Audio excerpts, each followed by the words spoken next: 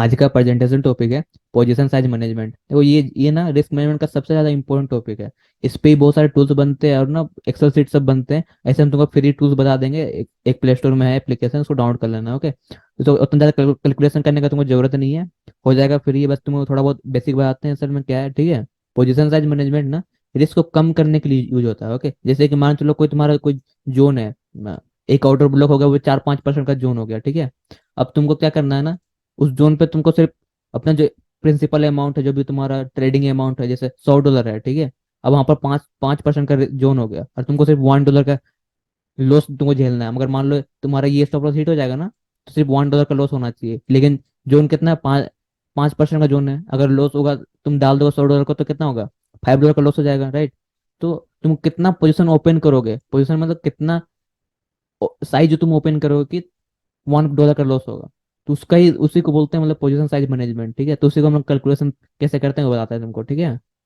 Position size management का ना formula देख लो, ठीक है। तो मान के चलो ना, तुम्हारे अकाउंट में $3000 है। ओके, कितना डॉलर है, $3000 है। और जितना भी तुम ट्रेड लेना चाहते हो, चाहे 1% का जोन होगा, जैसे हर बार तो एक ही परसेंट का जोन नहीं होता ना। जितना भी तुम ट्रेड लेना चाहते हो, उसमें कितना परसेंट का रिस्क लेना चाहते हो, ठीक है। कोई भी ट्रेड लोगे ना, उसमें सिर्फ 1% का रिस्क होना चाहिए। तो हम क्या बोल रहे हैं कि $3000 का मेरे पास अकाउंट है, ठीक है। और हम जितना भी ट्रेड लेंगे ना, 0.1% का रिस्क रहेगा। मतलब इसको 0.1%, 3000 कितना होता है, $3 होता है, राइट।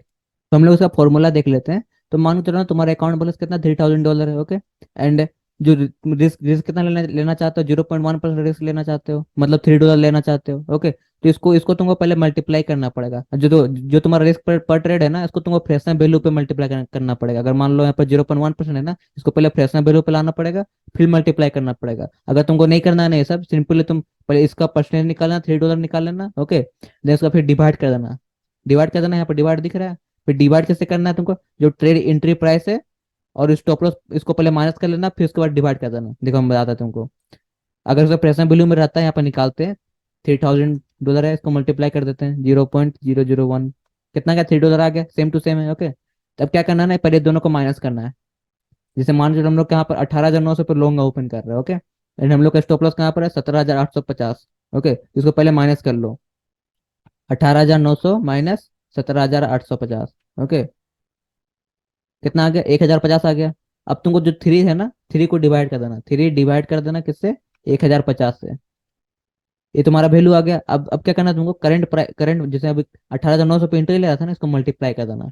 ओके, इतना तुम कैलकुलेशन करने का जरूरत नहीं है, हम तो एप्लीकेशन दे देंगे तुमको।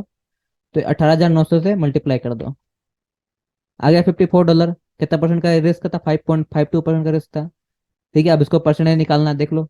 $54 का 5.5 का कितना होता है, 54 डिवाइड 100 कर देते हैं, मल्टीप्लाई 5.5, अप्रोक्स $3 का रिस्क होगा। अगर तुम यहाँ पर $54 का एक ओपन करोगे पोजीशन साइज, तो सिर्फ तुमको $3 का रिस्क होगा, समझ रहे हो। कितना का रिस्क होगा, $3 का रिस्क होगा। तुम कितना भी बड़ा जोन ले सकते हो, तो ये कैलकुलेशन है। और हम तुमको एप्लीकेशन दे देते हैं एगो, ठीक है। तो प्ले स्टोर में जाना और लिखना trading calculator easy tool. Okay, इसको डाउनलोड कर लेना, ये वाला लोगो देख लो, ठीक है। अब इसमें तुम जैसे जाओगे ना, पोजीशन साइज कैलकुलेटर ऊपर में लिखा हुआ रहेगा, वहाँ पर क्लिक मारना। देन यहाँ पर अपना जो भी कैपिटल तुम्हारा जो भी है ना, यहाँ पर अपना कैपिटल डालना। और कितना परसेंट का रिस्क लेना चाहते हैं, जैसे हम लोग यहाँ पर कितना लिखा है, 0.1% का रिस्क लेना चाहते हैं। ओके, फिर यहाँ पर एंट्री प्राइस लिख देना एंड स्टॉप लॉस प्राइस लिखना।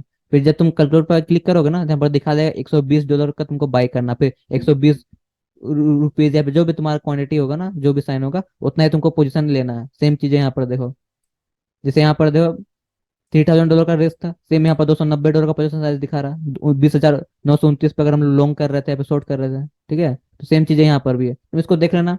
तो हम लोग ये तीनों समझ लिए। और हम लोग ना कंपाउंडिंग पे आते हैं। देखो ये भी ना बहुत इंटरेस्टिंग टॉपिक है, क्योंकि यहाँ पर ना ट्रेडर को ना नंबर से ट्रैप किया जाता है। ओके, नंबर से ट्रैप होते हैं यहाँ पर ट्रेडर।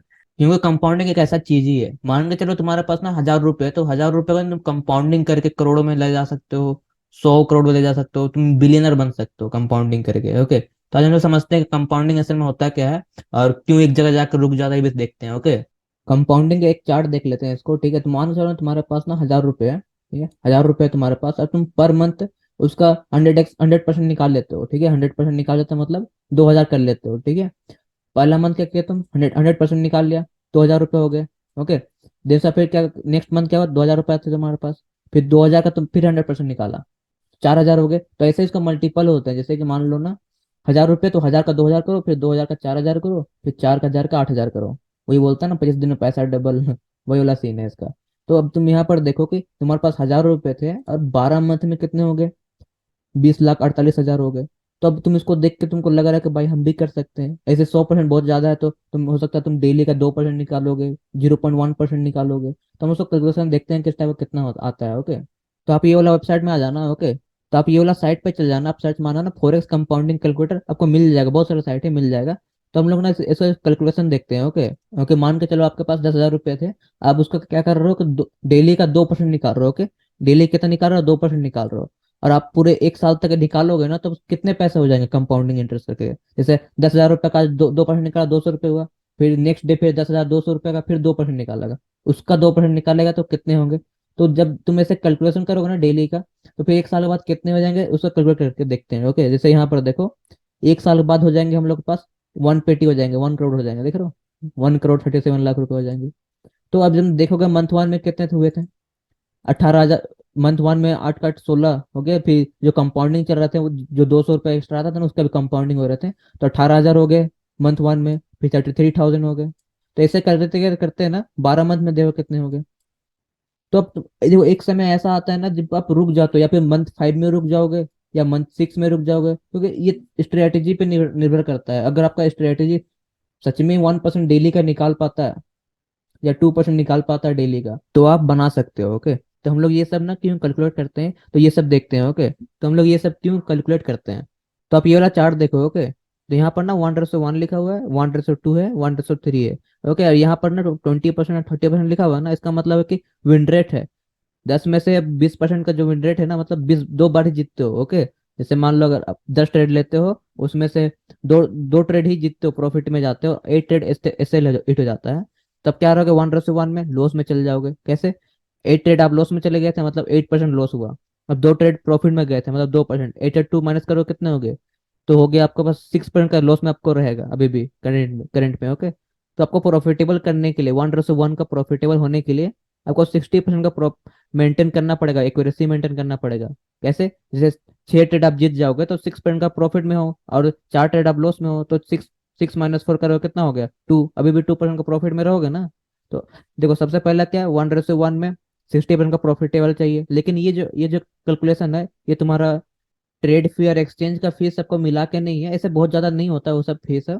तो अब खुद से कैलकुलेट कर लेना। ओके, तो 1:5 का मेंटेन करोगे तो आप 20% एक्यूरेसी में भी आप प्रॉफिटेबल बन सकते हो। ओके, लेकिन एक बात याद रखना कि ये जो पहला पहला जो नंबर पे आ रहा है ना, यहाँ पर मत आना। ओके, क्यों, क्योंकि ये ना कभी कल क्या होता है कि हमेशा फ्लक्चुएट होते रहता है, मतलब कभी 40% एक्यूरेसी रहेगा, कभी 60% एक्यूरेसी रहेगा, तो ऐसा होते रहता है। ओके, तो इसलिए अपना हमेशा ट्राई करना कि इस लेवल पे आ जाए, मतलब जो 60% है ना, 60 तो 70% का एक्यूरेसी मेंटेन करना। ओके, 70। फिर यहाँ पर 1:2 में आप क्या करना, 50% का एक्यूरेसी मेंटेन करना। 1:3 में 40% एक्यूरेसी मेंटेन करना पड़ेगा। तो ऐसे ही 1:5 में ना आपको एटलीस्ट 30% का एक्यूरेसी मेंटेन करना पड़ेगा। तो आप सोच के देखो कि अब मान लो 30% एक्यूरेसी मेंटेन कर रहे हो, मतलब 10 ट्रेड में से सिर्फ 3 ट्रेड प्रॉफिट जा रहा है, तो भी आप प्रॉफिट में आ जाओगे। कैसे, जैसे मान चलो आप 7 ट्रेड आप लॉस में चले गए, मतलब 7%, और 3 ट्रेड थे उस 1:5, मतलब 15% का प्रॉफिट हो गया। 7 - 5 15 कर दो, कितना हो गया, 8% का प्रॉफिट में हो जाओगे ना। 7 - 15 करो तो 8% का प्रॉफिट में आ जाओगे, राइट। तो आप सोच के देखो कि 1:5 मेंटेन करोगे तो 20% 30% एक्यूरेसी में भी आप प्रॉफिट में आ सकते हो। इसलिए आपको बहुत बड़ा एक्यूरेसी की जरूरत नहीं है, बस आपको जो रिस्क रिवार्ड है ना उसको मेंटेन करना पड़ेगा, इसके हिसाब से मेंटेन करोगे प्रॉफिट में आ जाओगे। ओके, तो इतना ही था। अरे देखो कंपाउंडिंग में ना एक समय ऐसा आता है ना कि आप रुक जाते हो, इसलिए उतना मत इम्प्रेस मत होना कंपाउंडिंग से। एंड ये चीज को आप फॉलो करो, देखो यहाँ पर चार्ट अच्छे से समझ लेना कि अगर 1:5 मेंटेन करोगे तो प्रॉफिट में आ जाओगे। हाँ भाई लोग, ये नूब भाई का चैनल है, इसको सब्सक्राइब कर लो, लाइक ठोक दो और सभी दोस्तों को शेयर कर दो। ठीक है, मज़ा मारो।